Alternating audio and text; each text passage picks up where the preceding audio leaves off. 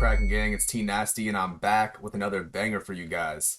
And I don't know if you can tell already from the title, the thumbnail, the background I got going here, and the special hat I'm wearing here today. But if you do not know, it is a special occasion. Just this past weekend, I graduated from college, which is the reason for, the brief hiatus I had to take from the channel. I had to lock in, make sure I passed up the classes.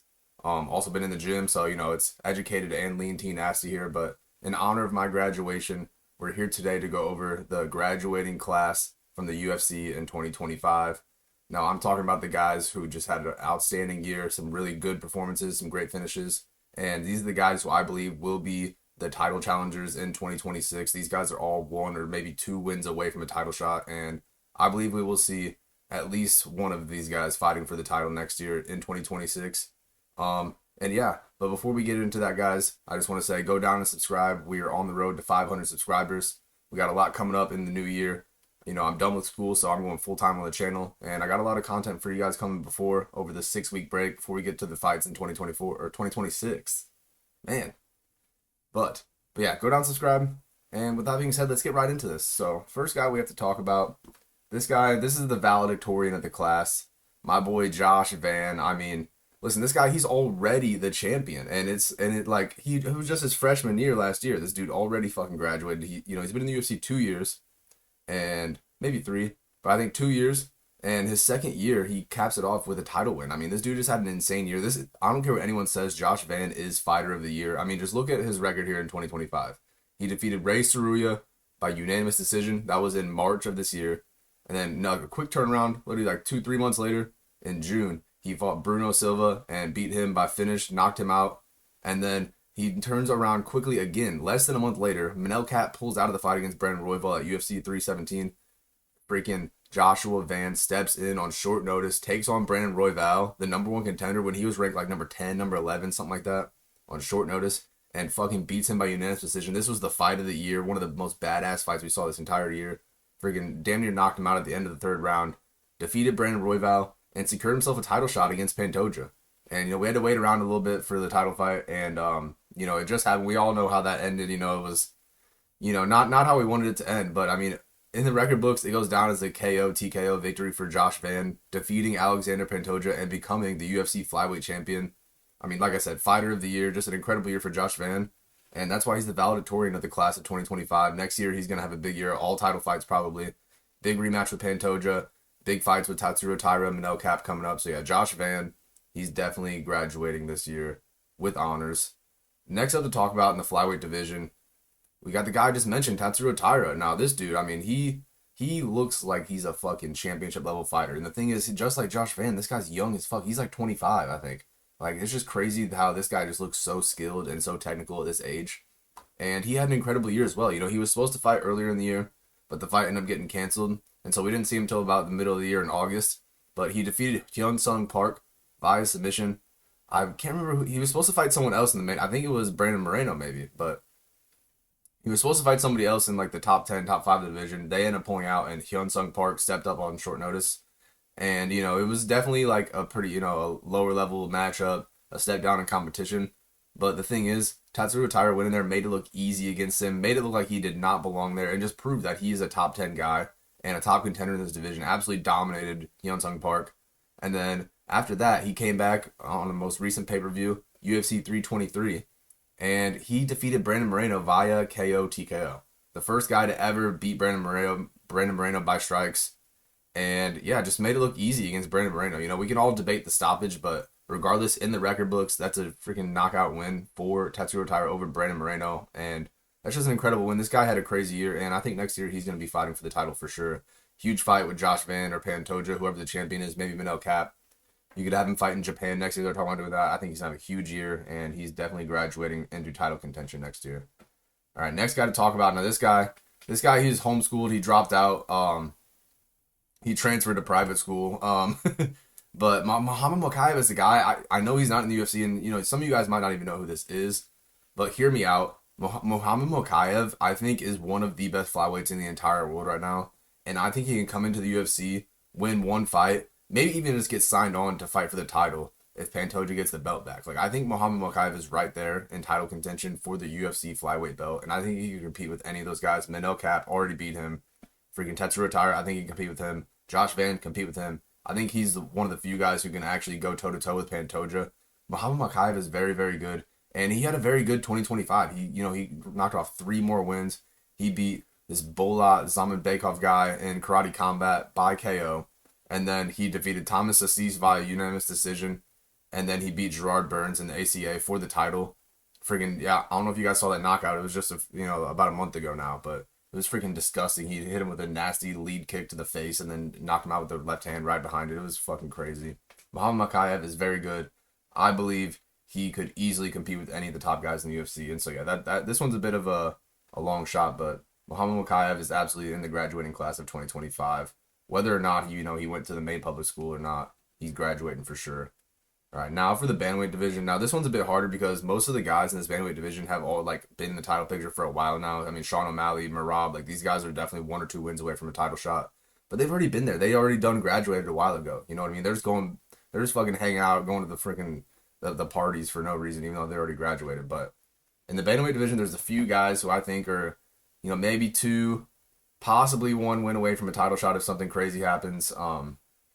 First up, I think, is Vinicius Lockdog Oliveira. Now, this guy, very, very good, underrated fighter. A lot of people still do not realize how good this guy is. And just the composure he fights with is crazy. But he had a big 2025. Only 2 fights. He beat Said Nurmagomedov in February by decision, and then Kyler Phillips on UFC 318 on the BMF card. He beat him by decision as well in July. And yeah, I mean, he had a good year. There's some pretty good wins. Nothing too crazy. Nothing like top 5 wins yet. But the thing is, his next fight is against Mario Batista, who we'll talk about in a second. And I think the winner of that fight is going to be in a number 1 contenders fight probably next. These guys, they don't really have the greatest huge top wins. But the thing is, all these guys at the top have been fighting each other. They haven't been fighting down as much in recent years. And so it's been harder for these guys to really build huge names on their resume. How they used to with Merab and stuff. But the thing is, Vinicius Oliveira, very, very good fighter, and I think him and Mario Batista, the winner of that fight, will be fighting for the title. And maybe at the end of 2026, early 2027. I think they're going to get a number 1 contenders fight, the winner of that. So yeah, clearly next up in the graduating class, Mario Batista. Not quite as good. I mean, he beat Patchy Mix earlier this year, which, as we see, it has not aged very well at all. But he beat the brakes off Patchy Mix. That was a pretty good win and a big spot on a pay-per-view. And then he lost to Umar Nurmagomedov. But, I mean, that was a very, very close fight. Mario stood toe-to-toe with him. And, he went with him on the grappling, was not outmatched there. I mean, it was a very, very good fight, very entertaining. Probably the fight of the night on that card, honestly. And yeah, Mario Batista, as much as we hate, I hate Mario Batista just as much as the next guy, but he's starting to grow on me, man. I mean, his last 2 fights have been pretty entertaining. He did have the terroristic performance against Jose Aldo, which we still hate him for, but regardless, this guy's very good. And the winner of him and Vinicius Oliveira, like I said, will be getting a number 1 contenders fight. That's what I truly believe. So I think this guy, we're going to let him slide by with a C. He's going to graduate just in time at the end of 2025, and I think this guy will be in title contention next year. Next guy to talk about, now this one, man, this guy, he graduated early for sure. I don't know if people were expecting him to graduate so soon, but Peyton Talbot, man, I mean, he had a good year. I mean, he got fraud checked in January earlier this year, but then he bounced back and proved that he is not, in fact, a fraud. I mean, he lost to Roundy Barcelos in January. We all thought he was going to beat his ass, but no, he got dominated by him. But then he bounced back against Felipe Lima. I believe that was at UFC 317. And he made it look easy against him. And Felipe Lima is no slouch, bro. That guy is a fucking good-ass fighter. And Peyton Talbot beat him. And then he gets a huge step up in competition. Gets Henry Cejudo for his retirement fight at UFC 323 just a couple weeks ago. And he beat the fucking brakes off of Henry Cejudo. I'm not going to lie. That was a fucking good fight, but Peyton Talbot beat his ass. He did the point down. He took Henry down. I mean, it was very impressive what he was able to do to Henry Cejudo. Who, as we know, is a little bit older now, but he in a little washed. But I mean, Henry Cejudo is still a good win, and to be able to do that to him was very impressive. So Peyton Talbot, I think he's 10 or 11 now in the rankings after that fight, and so we've seen this before. I mean, he's easily 1 fight away from the title. He could get a big fight against Umar or Sean O'Malley, Corey Sandhagen, beat any of those guys, and he could be right there for the title. So I think this guy, he's graduating for sure, moving into title contention next year, and we'll see if he's able to get that title shot. So good luck in your future endeavors to Peyton Talbot. Now, next up in the featherweight division, we got Lerone, the Miracle Murphy. Now, honorable mention to Movsar Evloev. He was supposed to graduate, but unfortunately, he ended up dropping out of the class at the last minute. So he's not graduating on time with Lerone Murphy. But shout out to Lerone Murphy, man. This guy, he had a really, really good year. Beat Josh Emmett in April by decision. And, a lot of people were hating on that performance. It was definitely kind of boring. But, I mean, what are you supposed to do against Josh Emmett? Like, you're not going to stand there and trade with him for no fucking reason. That's just fucking stupid. But he made Josh Emmett look silly, made him miss the whole fight, and pretty much just dominated him on the feet. And then defeated Aaron Pico by knockout in August. I mean, this is one of the knockouts of the year, one of the best knockouts we saw. And I'll be honest, I picked Pico to win that fight. I thought Pico was fucking good. I mean, I still do think Pico's good, but Lerone Murphy just proved that he's a fucking good ass fighter. He has very high fight IQ, and the way he set up that knockout was just beautiful. I mean, he knew Pico was gonna run straight at him until he timed that spinning elbow. I mean, it's the most OP move of 2025. And Lerone Murphy, I mean, he just had a good year, and he's definitely earned himself a title shot. He's undefeated. He should be fighting Volk for the belt in Australia. I don't know why Volk is fighting Diego Lopez. It makes absolutely no sense. We'll talk about that in a future video, but Lerone Murphy, regardless, next year he will be fighting at least one more fight, or at most one more fight before fighting for the title. I think him versus Movsar might be the fight to make for the number one contenders, to finally decide which one of them is going to fight for the belt. But I think at the end of the year, Lerone Murphy will more than likely be fighting for the title against Volkanovski and possibly winning. But yeah, Lerone Murphy, shout out to him. He's graduating this year. The only one I got at featherweight. Now, next up at lightweight, Paddy the Baddy Pimblett. I mean, he's literally booked to fight for the interim belt. So if he wins that, he's one win away from an undisputed title shot. We're hearing rumors that might even be for the vacant belt now. So I don't know. Who knows? But Paddy Pimblett, I mean, only one fight this year, but it was a fucking good-ass performance. I mean, who does that to Michael Chandler? No, but he beat Michael Chandler's ass, made it look fucking easy against him. Like, that was probably the worst ass-beating Chandler's taken in the UFC thus far. I mean, everybody else, like, has made it a scrap with him, kind of, before they beat him. But Paddy was able to just absolutely fucking dominate Chandler, to be honest. Chandler got a couple takedowns, but other than that, Paddy got up, beat his ass, got on top of him and finished him. Very, very impressive, regardless of how ass Michael Chandler is. And yeah, I've been saying this from the beginning. Whenever y'all remember when I made the Nightmare Matchups video way back in the day, I said Paddy Pimblett was a nightmare matchup for Islam. I still think he's a nightmare matchup for Islam. I think he's a nightmare matchup for Ilya. And I think Paddy the Baddy will be champion at some point in his career. And, this was the year that he graduated, moved into title contention. For a long time, people he was a meme fighter. And then he was just, kind of an entertaining, fun guy, but who knows if he'll be top 15. And then he got in top 15. It was like, yeah, he got ranked, but, he probably won't do well against the top 10 guys. Well, he beat a top 10 guy, Michael Chandler. And now he's getting an interim title shot against Justin Gaethje, and we'll see if he can really, pull off what I've been saying about him. But yeah, Paddy Pimblett, very good performance this year against Michael Chandler, and he's graduating into title contention in 2026. Next up at welterweight, we got a couple guys this time. First up, we got Ian Gary. I think this guy should be next for the title. His performance wasn't quite as impressive as maybe Morales or Prates, but the thing is, the competition was much higher. A former champion in Bilal, who just beat Sean Brady not too long ago. Michael Morales definitely looks good, and he should fight for the belt soon. I think he will one day. We'll talk about him. We'll talk about both those guys in a minute. Those guys are graduating as well, but we have to give our flowers to Ian Gary. Very good year. Beat Carlos Prates by unanimous decision earlier this year in Kansas City. I wanted to go to that fight, but I couldn't sell my soul and buy those tickets. But he also beat Bilal Muhammad just a few weeks ago at UFC Qatar by unanimous decision. I mean, Bilal Muhammad, former champion, very, very high-level fighter, and I rate that win very highly. I think Ian Gary deserves to fight next for the belt. And yeah, he's finally graduating into title contention. Another guy who, we've been talking about for a long time being the future of the sport. And he's finally graduating, moving on, and going to do great things in the future. Now, the next guy to talk about welterweight, Michael Morales, like I alluded to. I mean, he had a very good year as well, looking super impressive.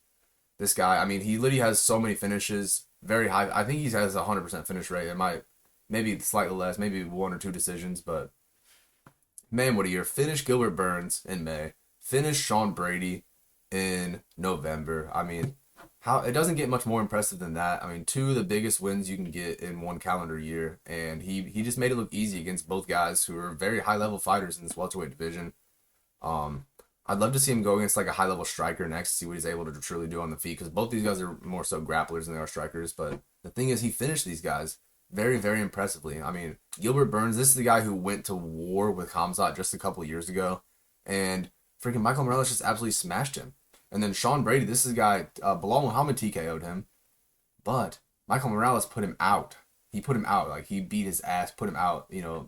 Bilal's just wasn't as impressive as that, and that wasn't that long ago. So Michael Morales absolutely will be fighting for the belt, possibly next year. Might have to do one more. I think, it makes sense for him to fight one more time, really prove that he's there to, because how it looks right now, Islam would probably easily smash him. And same thing goes for our next graduate, Carlos Prates. Although he lost to Ian Gary earlier this year, he almost won in that 5th round. And then he bounced back, knocked out Jeff Neal, knocked out Leon Edwards. I'm pretty sure he's the first person to ever knock out both of those guys, which is fucking crazy. I mean, this dude, he is so fucking dangerous at all times. He proves that. Like, even in his loss, he proved that if you take even a second off against this guy, he can fucking clip you and he can put people out cold with one fucking shot at any fucking moment, dude. This guy has crazy power. And I truly think that if, he would get smashed by Islam easily get smashed by Islam. But if Islam eats a clean shot from him, he might not be able to take that shit, bro. You know what I mean? And he's probably going to take at least one in the fight. And especially if somehow a striker ends up becoming champion, this dude is a threat to the fucking belt.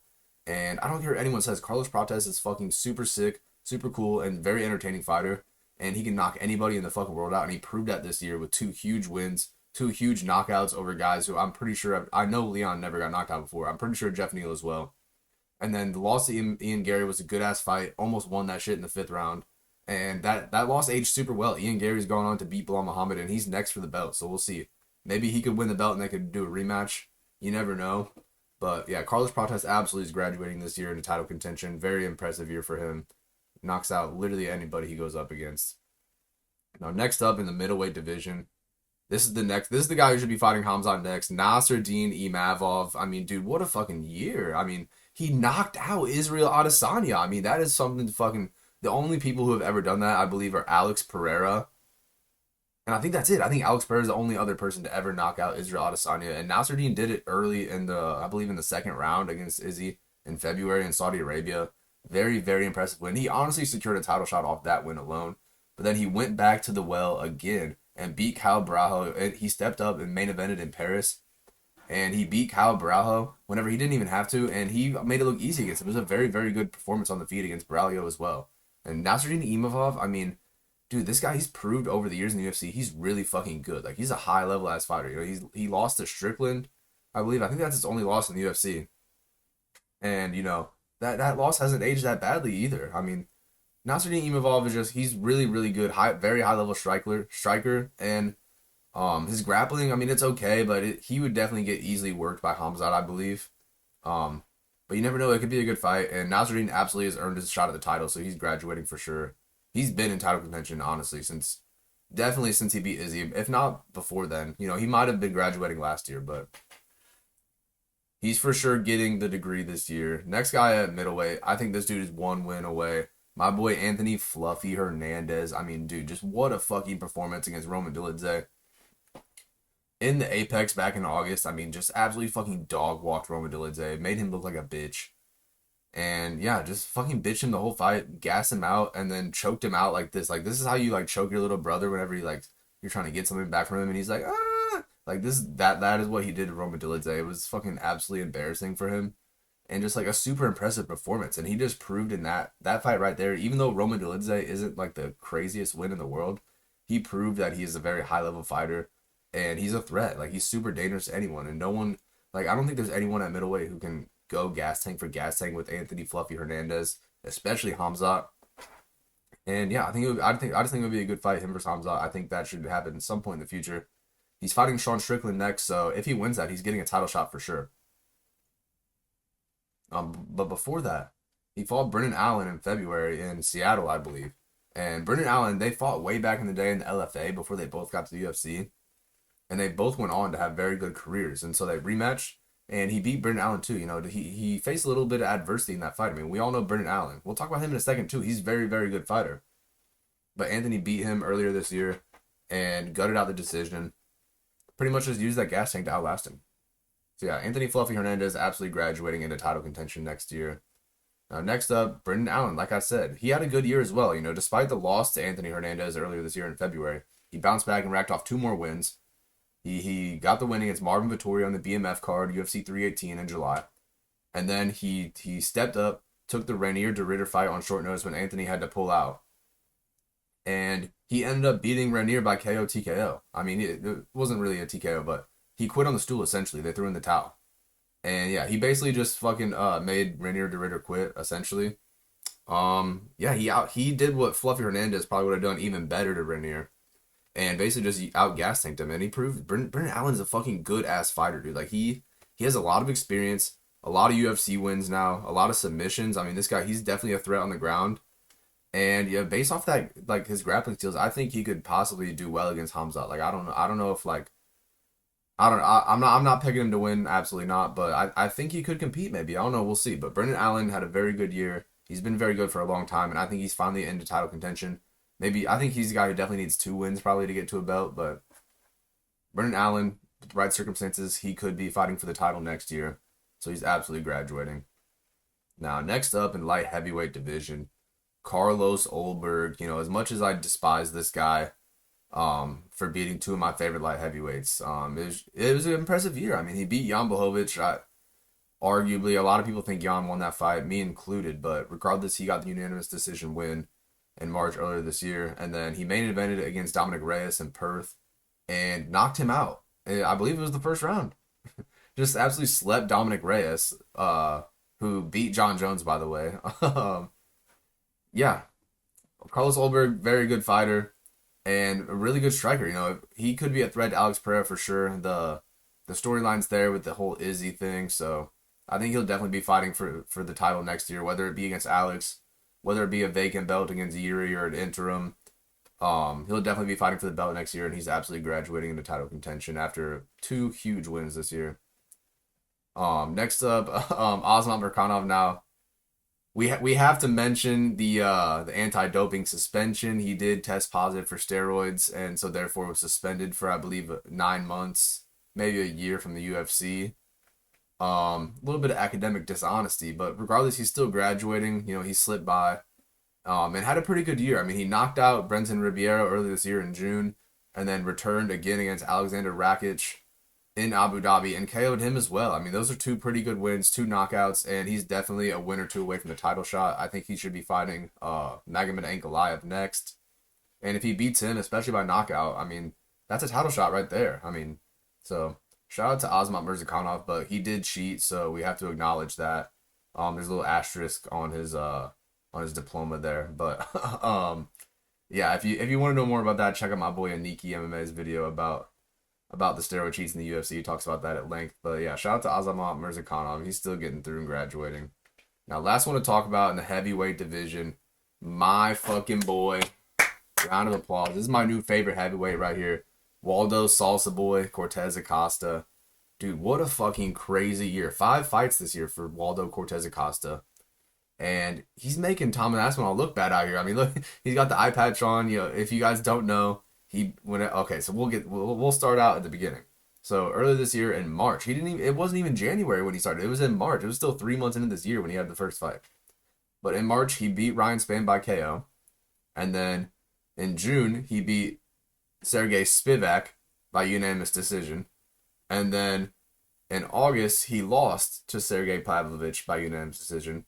And then in his return fight against Ante Delija in November in the Apex, this guy, this was the week after the Aspinall and Gon fight, by the way, with the eye poke. He gets eye poked by Ante Delija, who is Tom Aspinall's training partner. And then instead of the fight ending, he comes back and wins by KO TKO. And so then he started going at Tom Aspinall, calling him a bitch, saying, you know, I kept fighting through the eye poke and won. And basically just making fun of Tom Aspinall for that whole situation. And then Shamil Gaziev is supposed to be fighting Sergey Spivak in Qatar. And Spivak pulls out on fight week.